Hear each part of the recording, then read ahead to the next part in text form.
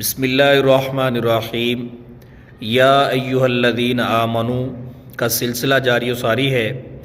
آج کی ہماری آیت مبارکہ جو اللہ تبارک و تعالیٰ نے ایمان والوں کے ساتھ خطاب کیا ہے، سورہ بقرہ آیت نمبر 83 183 نمبر آیت مبارکہ۔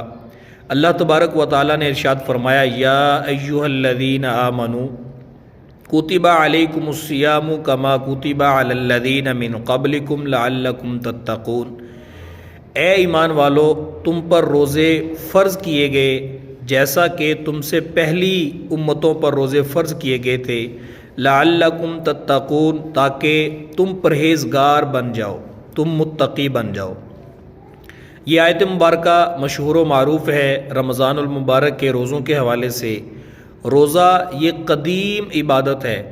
معلوم ہوا اس آیت مبارکہ سے کہ من قبلکم، جس طرح تم سے پہلی امتوں پر روزہ فرض کیا گیا تھا، تو پہلی امتوں پر بھی روزہ یہ فرض تھا اور یہ اہم عبادت تھی جو پچھلی امتیں بھی اس کو ادا کرتی ہوئی آئیں، اور اس کی کیفیت اور نوعیت جو ہے وہ مختلف ہوا کرتی تھی۔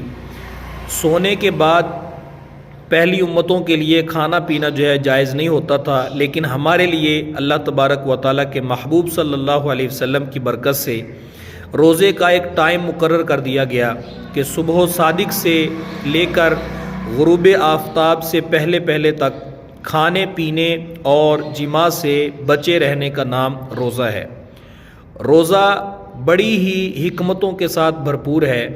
روزے میں دیکھیے کہ اللہ تبارک و تعالیٰ نے حلال چیزوں سے منع کر دیا کہ حلال چیزیں جو ہیں، حلال کھانے جو ہیں، ان سے بھی اپنی نفس کو، اپنی جان کو روک کر رکھنا ہے۔ تو یہ ہماری مشق ہے ماہ رمضان المبارک کے روزے، کہ روزے کی حالت میں پورا رمضان جس طرح تم نے حلال کھانے پینے سے اپنے آپ کو روکے رکھا، اپنے نفس کو روک کر رکھا ہے، اسی طرح بقیہ 11 مہینے بھی آپ نے حرام چیزوں سے رکنا ہے۔ بقیہ 11 مہینے آپ نے حرام چیزوں سے رکنا ہے، اپنے آپ کو روکنا ہے۔ یہ مشق ہے جو ایک مہینہ ماہ رمضان المبارک اللہ تبارک و تعالیٰ کی طرف سے ایمان والوں کو کروائی جاتی ہے، اور خوش نصیب ہیں وہ لوگ جو ماہ رمضان المبارک کے مکمل روزے رکھنے میں کامیاب ہو جاتے ہیں۔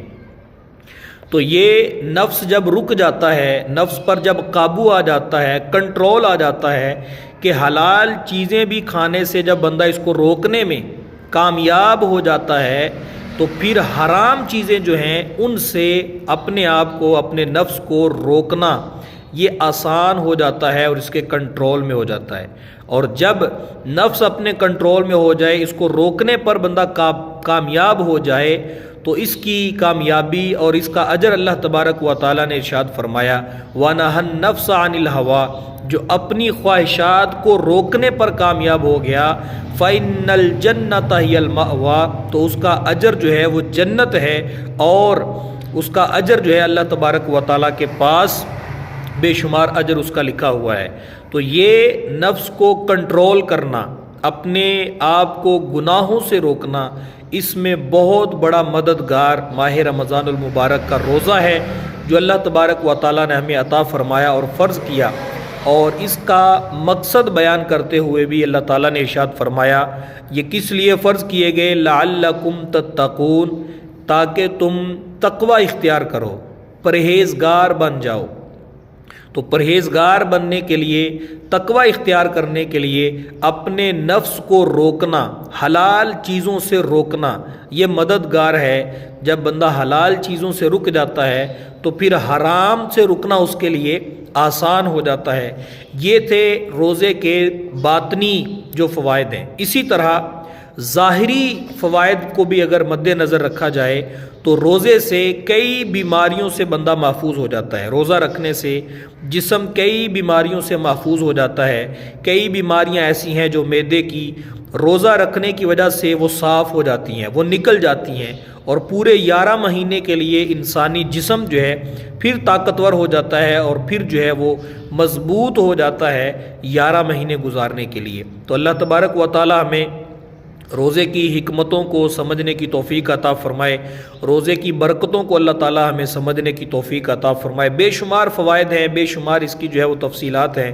انشاءاللہ ماہ رمضان المبارک بھی آنے والا ہے، ابھی جمادی الاول شروع ہونے والا ہے، اور اس کے بعد 4 مہینے جمادی الاول، جمادی الثانی، رجب اور شعبان، 4 مہینے باقی ہیں ماہ رمضان المبارک کے آنے میں۔ تو اللہ تعالی ہمیں ابھی سے تیاری کرنے کی توفیق عطا فرمائے، ماہ رمضان المبارک کی اللہ تعالیٰ بہاریں ہمیں دیکھنا نصیب فرمائے۔ وآخر دعوانا الحمدللہ رب العالمین، آمین بجاہ النبی الامین صلی اللہ تعالی علیہ وآلہ وسلم۔